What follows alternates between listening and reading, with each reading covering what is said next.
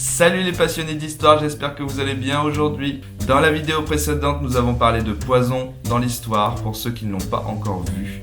Je vous mets le lien à la fin de celle-ci. Je suis très content de vous parler du sujet d'aujourd'hui. C'est une passion pour moi, les trésors, les reliques, les découvertes, les mystères. Je vous ai déniché 3 histoires incroyables de trésors qui n'ont toujours pas été découverts. Je vais vous emmener en France, en Bretagne, en Occitanie. On va voyager dans des villages où même Saint Jean-Pierre Pernaut ne connaît pas, pour vous dire. Commençons tout de suite par la première histoire. Nous partons dans cette bonne vieille Bretagne. Nous sommes en 1940 en Bretagne. J'ai moi-même du sang breton. Je voulais lancer un petit débat houleux en commentaire. Vous me dites ce que vous en pensez. Pour vous, le cidre, c'est breton ou normand ? Voilà. Donc, 1940.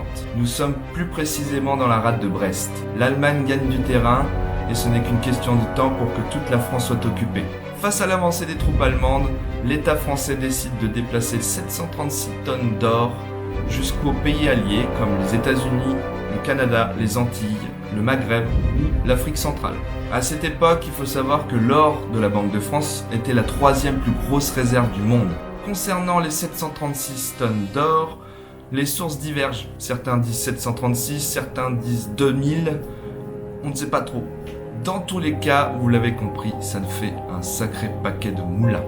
Sous les bombardements et la menace des troupes allemandes, au milieu de la pagaille et de la désorganisation de tout un pays, la France organise un vrai tour de force en déplaçant ses tonnes d'or en Bretagne au fort de Porzic pour être ensuite acheminé en bateau jusqu'au pays allié. Le 18 juin 1940, tout s'accélère. Les avions allemands bombardent Brest. Les blindés ne sont plus très loin. Il n'y a plus de temps à perdre.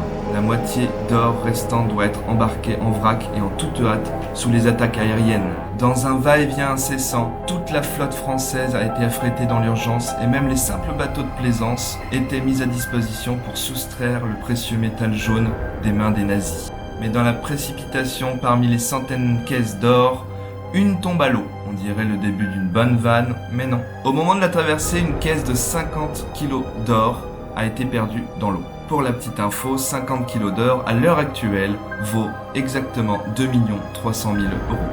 Après la guerre, les autorités ont cherché cette caisse mais ils ne l'ont jamais trouvée. Il semblerait qu'elle soit perdue entre le fort de Porzic et le quai de Lanninon. La question est, qu'est devenue cette caisse ? Elle est où cette caisse, réellement ? Le mec, ils sont allés voir, il dit, elle est où la caisse ? Elle est sous l'eau ou elle est dans le main d'un gars et il s'est barré, tu vois ? Est-ce que quelqu'un l'a retrouvée et ne l'a jamais dit ? Dort-elle toujours au fond de l'océan ? Cet incroyable périple est l'un des faits les plus méconnus de la Seconde Guerre mondiale. Histoire suivante. Avez-vous déjà entendu le nom de la Bessonnière ? Un homme fort mystérieux. Je vous emmène en Occitanie, dans le sud de la France, plus précisément à Rennes-le-Château. Petite bourgade de 200 personnes. Petite bourgade où vit justement notre abbé, l'abbé Béranger Saunière. Nous sommes en 1885 quand il décide d'entreprendre des travaux de restauration sur son église qui tombe en ruine. Étant donné la petitesse du village, on se doute bien que le budget dont il disposait était lui aussi tout petit. Du coup, il entreprend des travaux modestes en commençant par l'intérieur de l'église où il reçoit ses fidèles. Jusque-là, tout va bien, bonne ambiance, petit café, tu vois. Mais un jour, alors que 2 maçons déplacent le maître-autel, ils y découvrent 3 étuis en bois à l'intérieur. L'histoire raconte qu'il pourrait s'agir d'un parchemin, d'autres d'un trésor. Le mystère reste entier aujourd'hui. L'abbé et sa servante Anna Denardo ont commencé à entreprendre des fouilles dans le cimetière, dans le village, un peu partout, la nuit tombée. Du jour au lendemain, Saunière achète 6 terrains à Rennes-le-Château au nom de sa servante qu'il désignera comme sa principale héritière. Il y fait bâtir une ménagerie où sont réunis des singes, des haras et plein d'autres animaux, une grande serre en verre et une somptueuse villa style Renaissance. Mais également un jardin à la française digne des plus beaux jardins de l'époque, ainsi que sa construction la plus emblématique, la tour Magdala, de style néo-gothique qui surplombe la colline de Rennes-le-Château, que l'on peut d'ailleurs visiter aujourd'hui si vous passez bien sûr par là. Il aurait dépensé plus de 1,5 milliard de francs, anciens francs, à 2 milliards de 1899 à 1917. Toutes ces dépenses sont incompréhensibles. Comment un prêtre sans finance a pu dépenser autant juste en rénovant son église ? Il y a plusieurs thèses. Certains parlent de parchemins très anciens qu'on aurait trouvés dans les étuis en bois, sous l'autel, qui auraient une très grande valeur aux yeux de l'église. et d'autres qui parlent plus de trésors qui seraient plus probables au nom de l'histoire. Ce trésor serait en effet celui du temple de Jérusalem, volé par les Romains en 70. Peut-être une partie a-t-elle été cachée à Rennes-le-Château il y a bien longtemps. Je vous laisse imaginer que la soudaine richesse de Béranger a fait beaucoup parler. Cela est évidemment tombé dans l'oreille de l'église qui envoya l'évêque de Carcassonne lui rendre une petite visite.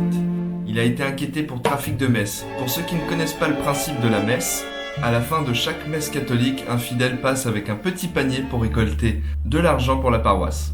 Du coup, Sonia se serait mis une petite partie de côté pour se faire construire une villa grand luxe. Il semblerait que ces faits soient avérés, mais de toute manière, ça n'aurait jamais été suffisant pour compter en milliards. Malgré l'enquête, l'abbé ne donna jamais d'explication satisfaisante sur l'origine de ses richesses. Il mourut en 1917, emportant avec lui le secret dans sa tombe. La fidèle servante Marie de Nornaud, avec qui elle entreprit les fouilles du cimetière, mourut 36 ans après l'abbé. Elle n'a jamais parlé. Si Béranger Saunière a mis la main sur un trésor, la pensée collective dit qu'il en resterait une partie dans le sol du village. C'est en tout cas ce qu'imaginent les chasseurs de trésors. Depuis 28 ans, des centaines de personnes sont à la recherche d'un seul et même objet, une statuette en bronze cachée quelque part en France. Tout commence le 24 avril 1993. Max Valentin, de son vrai nom Régis Hausser, enfouit un coffre renfermant une chouette en bronze dans un lieu connu de lui seul en France métropolitaine. Donc on oublie les îles françaises, les gars. Avec le sculpteur Michel Becker, le concepteur de la chouette, il publie un livre dans lequel se trouvent 11 énigmes. Chacune est composée d'un titre, d'un texte et d'un visuel. Celui qui parviendra à les résoudre ainsi que sa 12e super énigme pourra retrouver la statuette et l'échanger contre l'original. Estimée à 1 million de francs, soit environ 150 000 €, la véritable chouette en or et en argent et sertie de diamants mesure 50 cm d'envergure. Elle est exposée dans un musée à Rochefort en Charente-Maritime. Sa réplique, elle, en bronze, est toujours enterrée quelque part dans l'Hexagone. En un quart de siècle, personne n'a trouvé la solution aux 11 énigmes du livre sur la trace de la chouette d'or, dont la première édition a été publiée le 15 mai 1993 à 70 000 exemplaires. Les 11 énigmes sont accessibles sur internet si vous voulez les consulter. C'est dans la nuit du 23 au 24 avril, 16 ans jour pour jour après avoir enfoui la réplique de la chouette, que Max Valentin décède.